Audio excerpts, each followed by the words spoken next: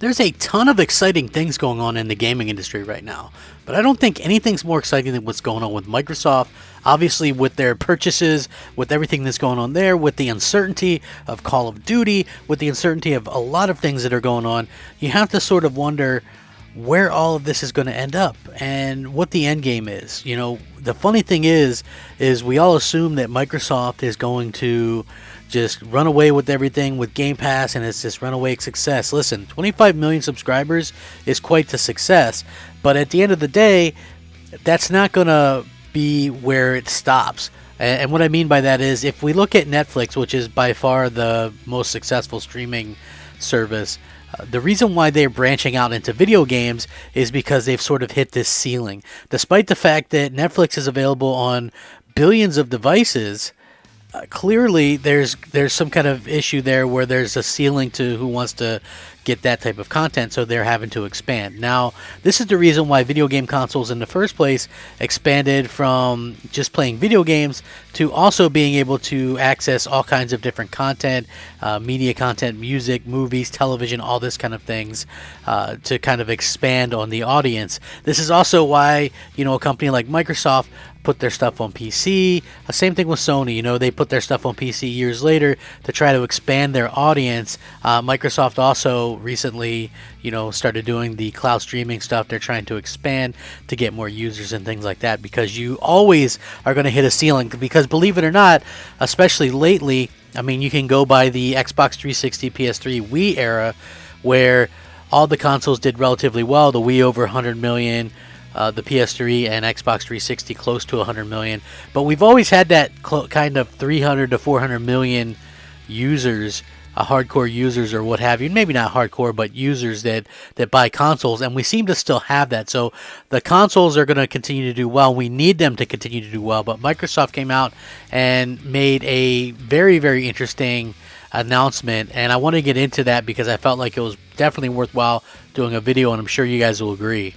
Hey there everyone, I'm the Crapgamer, and this of course is Crapgamer Reviews, your home for gaming news, opinions, reviews, and much more. You'll probably notice some changes around here, but hopefully that doesn't stop you from giving us at least a like, and maybe consider subscribing if you haven't already done so. Thank you so much for choosing to spend some of your free time with me today. It means the world to me, and I can't thank you guys enough. You guys have been fantastic. Now, with that being said, if you're looking to support the channel or you're new, the best way to do that is a simple like. It really helps get the channel out there and the videos out there into the rotations and stuff like that and suggested. So please feel free to do that. It would be amazing and much appreciated. Now, a lot of interesting things going on right now in the world of gaming, but is there anything that's more exciting than what's happening with Microsoft? And that's not to say anything bad about PlayStation. I'm absolutely looking forward to PlayStation's stellar lineup this year. They have absolutely, in my opinion, the best lineup possibly ever for a year, with God of War, Horizon, Gran Turismo, Forspoken, Sifu, you know, and I know not all these are full-time exclusives, but just to be able to get those launching first on PlayStation, I think is a huge thing. Now, here's the funny thing, right? So people might go, well, what's the good thing? Now, let's just assume that Call of Duty will continue to release on PlayStation. One of the main things that people complain about with Call of Duty is that it releases annually. And also, Activision were so obsessed with doing big numbers, right? Selling Call of Duty style numbers, that the realistic kind of fact of the matter is they gave up on pretty much all other type of games unless it was going to be a huge hit. Now, it looks like according to Jason Schreier, Call of Duty could move away from annual release schedule, which would help benefit in a big way. Not only that, but it looks like franchises like Guitar Hero, Skylanders, Tony Hawk, all these franchises could come back, and I did sort of a video about this yesterday or the other day talking about this, but now we have a little bit more details on just what that means. Here's the first bit of information. With Activision Blizzard being acquired by Microsoft, there have been talks about the direction that its various studios could take in the future. Now, Xbox boss Phil Spencer noted that they would work on a variety of franchises. However, there may be a chance to the release schedule for some franchises like Call of Duty. Speaking to two people familiar with discussions, Bloomberg's Jason Schreier reported that high-level employees have discussed shifting from annual releases for the shooter, though noted nothing has been finalized. Schreier said there's belief among many Call of Duty developers that releasing games at slower cadence will please players and help bolster the franchise. With this year's sequel looking to redeem the franchise's fortunes, he noted that if the change in release does happen, it won't be until next year or even later. Other noteworthy details regarding the mood inside Activision Blizzard over the week, with lots of cautious optimism from the merger and CEO Bobby Kotick's departure that will reportedly occur once the acquisition is complete. While there is excitement for more creative freedom under the Xbox brand, there's also a fear of layoffs. Time will tell, so stay tuned for more details, obviously. In the meantime, this year's Call of Duty is rumored to follow up 2019's reboot, Modern Warfare, with a campaign rumored to be set in Latin America. It may also release in October instead of November, as per insider Tom Henderson.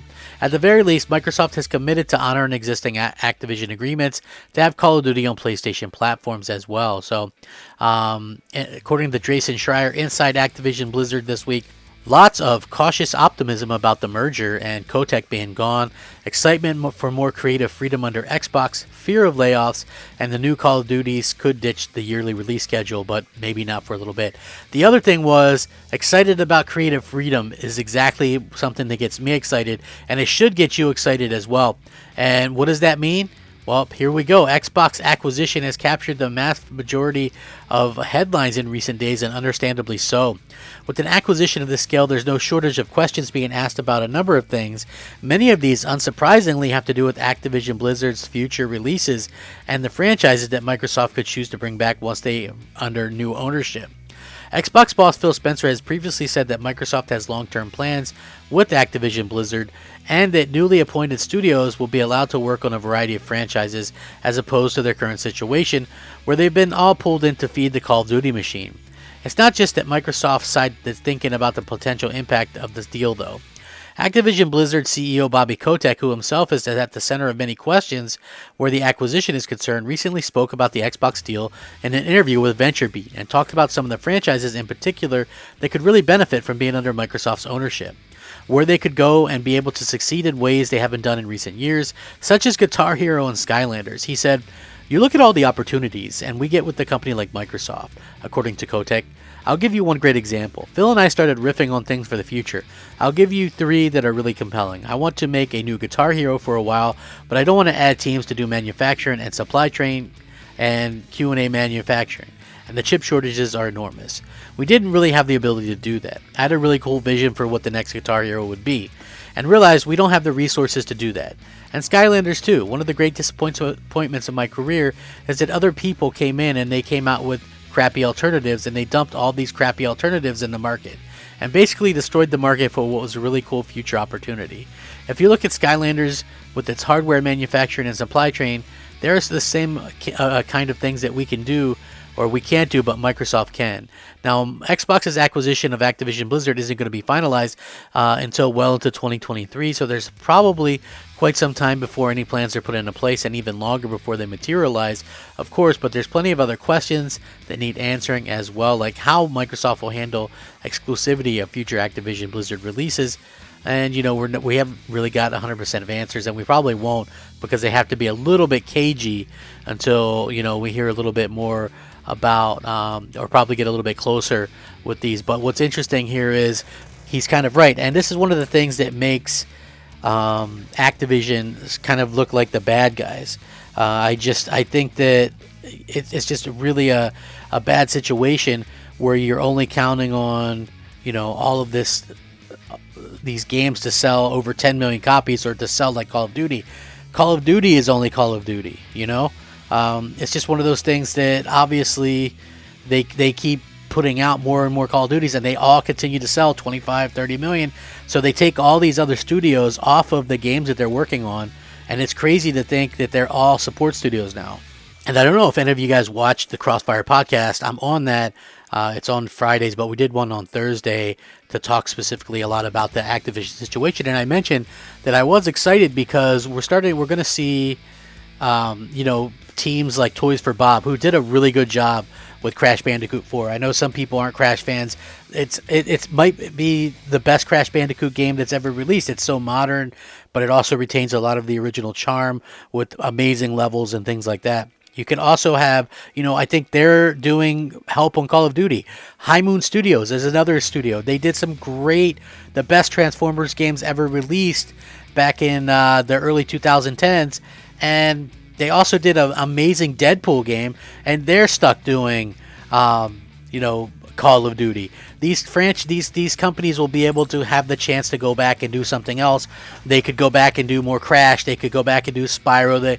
They can have somebody do a Guitar Hero. I would love Guitar Hero. Listen, I don't necessarily agree with Kotick on everything, but he might be a little bit right in the Skylanders thing. Skylanders was a really good platforming game. My kids love it. I still have, a few copies of it, of different versions. And then there was a bunch of other knockoffs that kind of came out. The same thing sort of happening to Guitar Hero. Like, Guitar Hero was really good, and then there was Rock Band, and then there was this version of Rock Band and Aerosmith and that and this, right? It saturates the market, and that's what happens, right? Like, that's, when you have a good idea, people riff off of it. So it would be great to see some of these ideas come back at some point, and I think that's the exciting part. And I'm sure that if Call of Duty does stay multi-plat, a lot of these games probably will stay exclusive to Xbox, which you can't fault them for that since they are the ones putting up the money. With that being said, I'm going to link all of this. You guys can check it out. Let me know what you think. Rate, comment, subscribe. Rack 'em up, fact 'em up, Crapgamer 'em up, Crapgamer out.